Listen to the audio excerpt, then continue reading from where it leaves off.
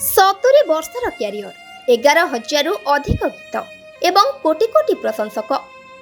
ଭାରତୀୟ ସଙ୍ଗୀତର ଜୀବନ୍ତ କିମ୍ବଦନ୍ତୀ ଆଶା ତାଇ। କ୍ଲାସିକାଲ ଗଜଲ ହେଉ ବା ଆଧୁନିକ ପପ୍ ମ୍ୟୁଜିକ୍, ସବୁଥିରେ ସେ ଥିଲେ କ୍ୱିନ୍। ଆଶା ଭୋସଲେ କେବଳ ଏକ ନାମ ନୁହେଁ, ସଙ୍ଗୀତର ଏକ ଅନନ୍ୟ ପରିଭାଷା। କିନ୍ତୁ ଆଜି ସେହି ସ୍ୱରର ଯାତ୍ରା ସରିଯାଇଛି। ଯେଉଁ ସ୍ୱର ଆମକୁ ହସାଇଛି, କନ୍ଦାଇଛି, ନଚାଇଛି, ଆଜି ସେହି ସ୍ୱର ସବୁଦିନ ପାଇଁ ନିରବି ଯାଇଛି। ଆଶା ଯେ କେବଳ ଜଣେ ଗାୟିକା ନଥିଲେ, ସେ ଥିଲେ ଜଣେ ଯୋଦ୍ଧା।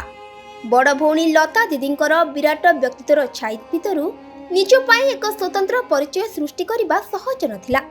କିନ୍ତୁ ସେ ହାରି ନଥିଲେ, ସେ ଥିଲେ ବହୁମୁଖୀ ପ୍ରତିଭାର ଅଧିକାରୀ। ଯେତେବେଳେ ସେ ପିଆ ତୁ ଅବ ତ ଆଜା ଗାଉଥିଲେ, ସେତେବେଳେ ଦେଶର ଯୁବପିଢ଼ି ନାଚି ଉଠୁଥିଲେ। ପୁଣି ଯେତେବେଳେ ଉମରାଓ ଚାନ୍ଦର ଗଜଲ ଗାଉଥିଲେ, ସେତେବେଳେ ପ୍ରତିଟି ଶ୍ରୋତାଙ୍କ ଆଖି ଓଦା ହୋଇଯାଉଥିଲା। ଓଡ଼ିଶାର ସଙ୍ଗୀତ ପ୍ରେମୀଙ୍କ ପାଇଁ ମଧ୍ୟ ସେ ଥିଲେ ଅତି ପ୍ରିୟ। ତାଙ୍କର ସେହି ସୁମଧୁର ଓଡ଼ିଆ ଗୀତ ଜହ୍ନରେ ତମେ କହିବ କି ଆଜି ବି ଗାଁରୁ ସହର ସବୁଠି ପ୍ରତିଧ୍ୱନିତ ହେଉଛି। ତେବେ ମୃତ୍ୟୁ ତ ଶରୀରର ହୁଏ, କିନ୍ତୁ ସ୍ୱରର ନୁହେଁ। ଆଜି ଆଶା ତାଇ ଆମ ଗହଣରେ ନାହାନ୍ତି ସତ, କିନ୍ତୁ ସେ ଗାଇଥିବା ହଜାର ହଜାର ଗୀତ ଭିତରେ ସେ ସବୁଦିନ ପାଇଁ ଜୀବନ୍ତ ରହିବେ।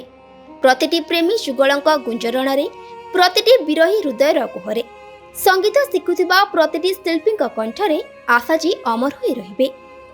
Bureau report, Rio news.